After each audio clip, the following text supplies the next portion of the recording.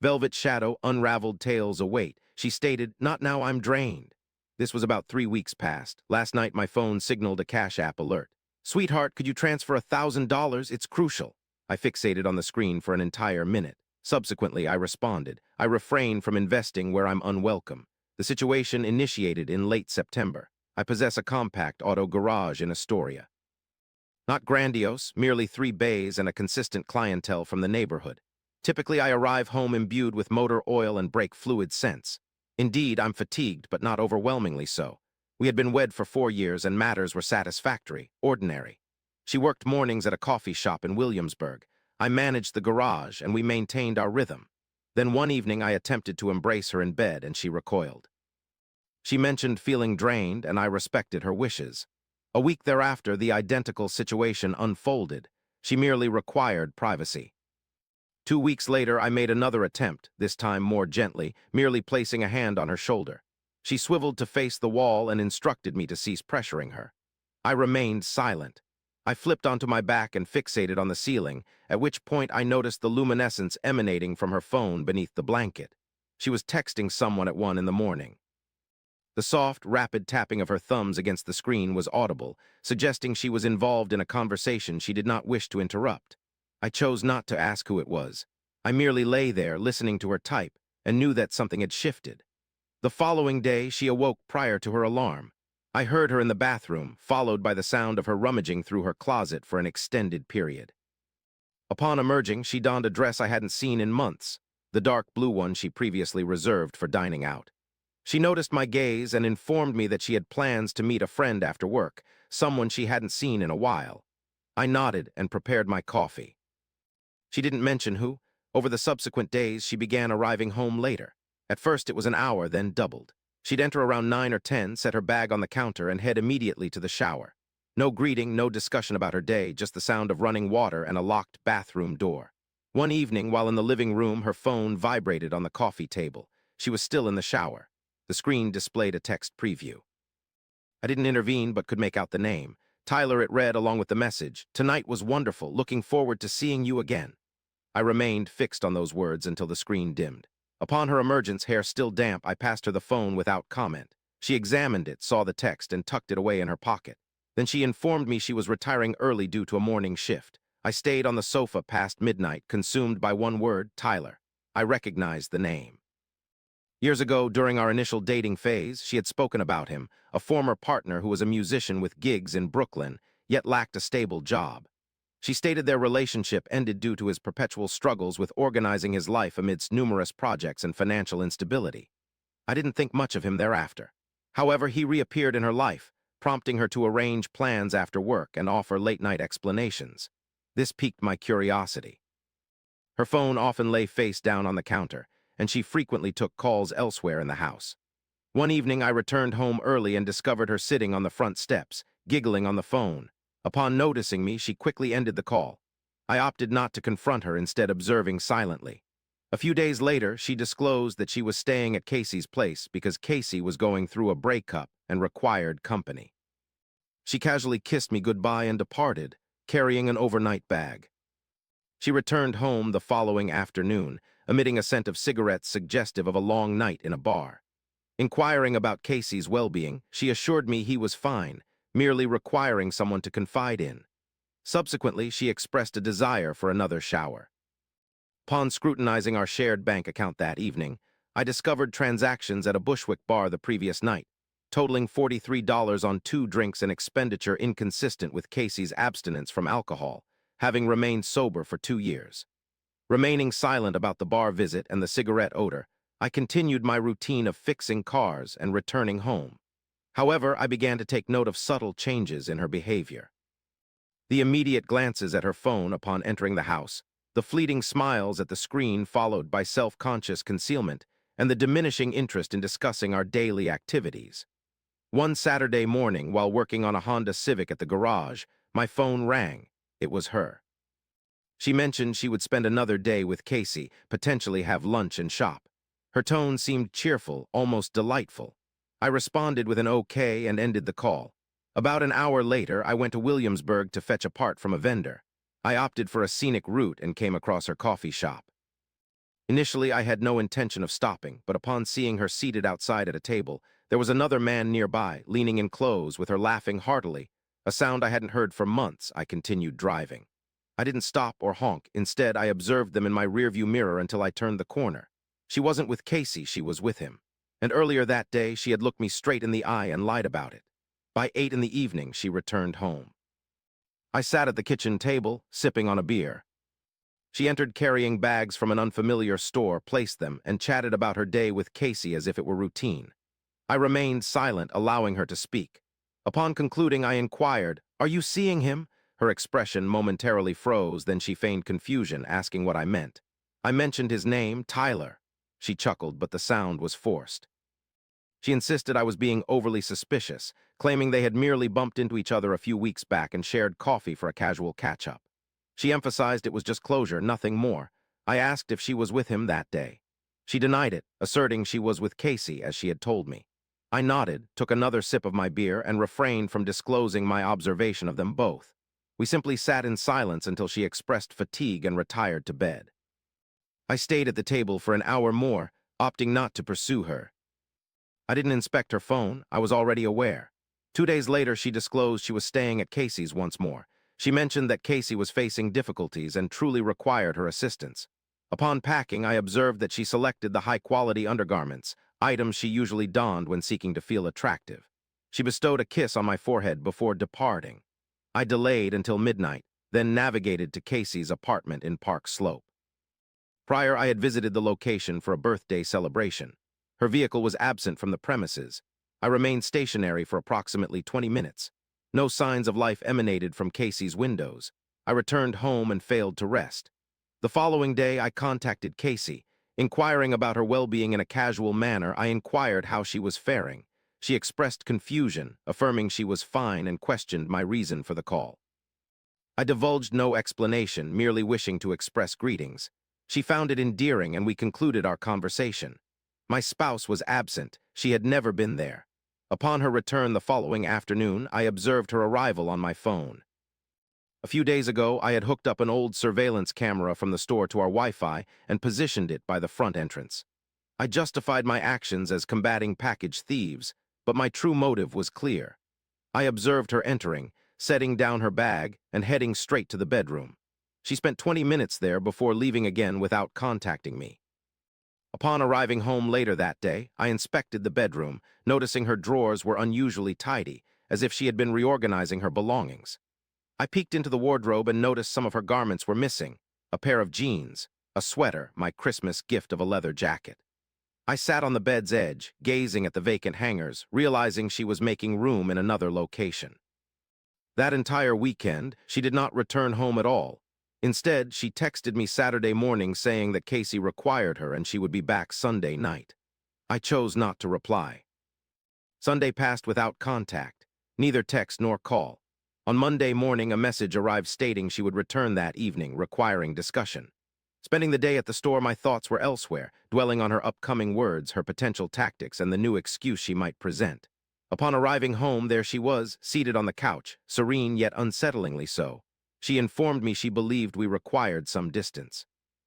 She asserted that our relationship had become strained, and perhaps a pause would help us determine our respective desires. She delivered this as if it were a well-rehearsed speech, suggesting prior consultation and calculated decision-making. Inquiring about Tyler's involvement, she sighed and affirmed it was not the issue. It was about us. She claimed I had grown detached, aloof, and no longer felt connected to me. After listening to her, I told her I would not depart. If she sought distance, she could vacate. She didn't dispute my departure. Instead, she merely acknowledged, gathered her belongings, and exited. For the first time in several weeks, I slept undisturbed throughout the night. She was absent for 3 weeks, no phone calls, only occasional brief texts regarding mail or bills. I responded only when necessary. I inquired not about her lodgings. I already knew where she was. I continued my work routine. I rose, visited the store, returned home, dined, slept. My daily schedule remained unaltered. A couple of shop associates asked if everything was all right. I told them it was fine. They didn't persist. At home, I scrutinized our shared finances. We maintained a joint account for her access to funds that I had established years earlier. I had consistently deposited money, while she had been the one making withdrawals. I examined the transactions from the preceding month. They included coffee shops, bars, Uber rides to areas of Brooklyn where I knew she had no friends, and an expense at a vintage record store for $112. She doesn't collect records. I opted not to close the account. Situation hasn't arisen yet. Last night, I merely observed. Then on a Tuesday evening, my phone illuminated. A Cash App notification came in, a request from her for $1,000 marked as urgent. The message read, "Darling, could you transfer me $1,000? It's critical." I found myself frozen, contemplating Tyler, the musician who seemed perpetually engaged in projects and short on funds. I recalled the charges at the record store, the bars, and the sleepless nights. I remembered her asserting she needed space while spending my money on someone else. In response, I opened the app and typed out my reply, "I don't invest where I'm not valued."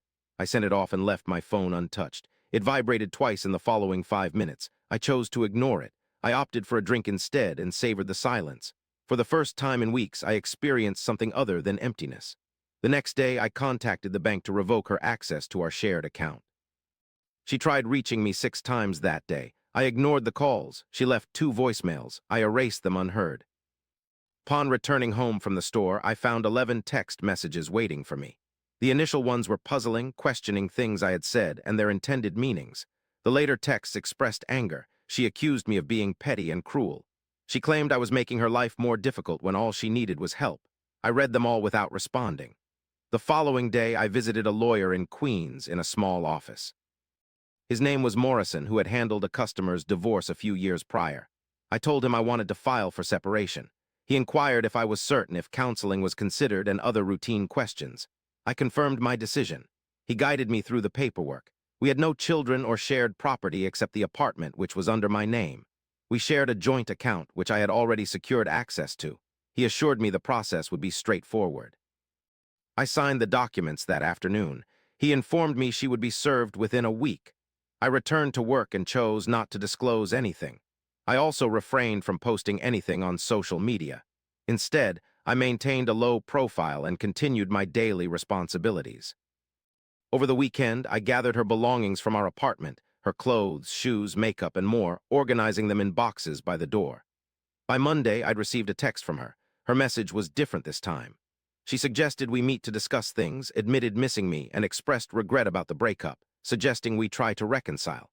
She requested picking up some of her things, to which I replied that everything had already been packed and ready for pickup at any convenient time. I chose not to mention the divorce papers, figuring she'd find out eventually. On Tuesday evening, she appeared. I was absent since I'd intentionally gone to work early and stayed late. Upon returning home, I found the boxes gone with a note on the counter asking for a talk and requesting me to call her. I discarded the note and went to bed. 2 days later, she was served the divorce papers. She contacted me immediately afterwards. Beneath a Nissan Altima, my phone buzzed repeatedly. I declined each call until she called thrice more. By the time I completed my task, a dozen missed calls awaited me along with a voicemail. I heard her trembling voice assert that she couldn't fathom why I had filed without prior conversation. She suggested we could resolve our issues, confessing to her errors but also mine. And wasn't our marriage of significance to me? She pleaded to return home and expressed her affection for me. I erased the voicemail and resumed my work. During the ensuing week, the calls persisted unanswered. Instead, she texted prolonged messages about her perplexity, how Tyler was merely a diversion, and her newfound recognition that it was me she yearned for. She announced she had ended things with him. She declared her readiness to battle for us. I remained silent. Eventually, at about 11 one night, there was a knock on my door. Peering through the peephole, I saw her standing outside. She appeared worn out with her hair tied back and no cosmetics on, knocked again, calling my name. I remained unmoved, standing on the opposite side, gazing at her through the glass pane. Following a minute of persistent knocking, she ceased and pressed her forehead against the door for an extended period. Eventually, she departed. I resumed my position on the couch, restoring the TV's volume. A week later, one of my clients hinted they had been at a Williamsburg bar the previous evening and observed a musician attempting to borrow money from patrons. Reportedly, he was inquiring if anyone required guitar lessons or knew about performance opportunities. My client found this amusing, describing him as distraught. No further confirmation was needed for me to identify the individual. Tyler was still present. However, they were no longer together. He had departed due to lack of funds rather than her ending it. 2 weeks later, her calls ceased. The messages gradually tapered off, eventually halting completely. I presumed she had finally acknowledged that our relationship had concluded. I continued my work. The divorce proceedings were underway. Morrison informed me we'd soon have a court date approximately 6 weeks away, and if she didn't contest it, the process would be swiftly finalized. For nearly a month, I hadn't heard from her. Then one Saturday morning, while opening my shop, I spotted her walking down the street towards me. Initially, I considered going inside and locking the door. However, I stayed put and waited instead. She stopped a few feet away, appearing changed, thinner. Her eyes were bloodshot, suggesting sleepless nights. She asked for a conversation. I responded that there was nothing to discuss. She admitted her anger was warranted, but pleaded for me to comprehend her mistake. She stated Tyler had left when things became difficult, and now she was alone. I remained silent as she continued. She disclosed she had no place to stay, having been staying with Casey but could no longer do so. She admitted she had unpaid bills and sought aid, only temporarily until she regained stability. Upon looking at her, I remained silent for a moment before voicing my thoughts. I suggested that perhaps she should have considered this predicament prior to spending 3 weeks with another person. Her complexion paled, and she hesitated before responding. She didn't deny the accusation, instead standing there, evidently struggling to think of a reply. I informed her that the divorce papers had been filed, and she would receive what the court deemed fair, period. Thereafter, I entered the store and closed the door. For several minutes, she lingered outside, visible through the window on the sidewalk. Eventually, she turned and left. Resuming work an hour later, my phone vibrated with another message from her. "I'm sorry, that was it, 2 words. I scrutinized them for a while, then pocketed my phone without further glance for the rest of the day. The court hearing was set 6 weeks afterward. He didn't dispute anything. She signed the papers, effectively concluding 4 years of marriage in a conference room scented with coffee and worn carpet. Across the table from her, she maintained a steady gaze on the documents throughout the proceedings. Upon conclusion, she exited first, while I remained behind to shake hands with Morrison, who advised me to move on. Back at my shop, life continued unaltered. The routine of waking up and returning home remained the same. The only alteration was the silence. No more texts, no more phone calls, no more anticipating her return through the door. A few months down the line, I encountered her in a grocery store in Astoria, where she was inspecting apples in the produce section. Our eyes met briefly before she resumed shopping, and I, gathering my items, departed. It transpired that Tyler had returned to performing at seedy bars in Williamsburg through one of the shop associates. He was allegedly flirting with a girl at a bar who appeared to be no older than 22. I chose not to inquire about her situation. It wasn't necessary for me to know. The business is thriving, and I managed to secure additional contracts, as well as hiring another employee to assist me. I spend most nights engrossed in work since I have no compelling reason to leave early anymore. Occasionally, I join my colleagues from the shop for drinks. On other weekends, I prefer staying indoors watching TV. It's tranquil, yet it's mine. Her last text message remains stored on my phone, and I'm unsure why. Perhaps it's because it was one of the few truthful things she uttered in recent months, or perhaps it serves as a reminder that some individuals only appreciate what they had when they have nothing left to lose. Regardless, she seldom crosses my mind now, and even when she does, I feel nothing. I merely continue working. The narrative concludes here, but the dialogue is just starting. Share your thoughts in the comments. Don't forget to subscribe to avoid missing future updates.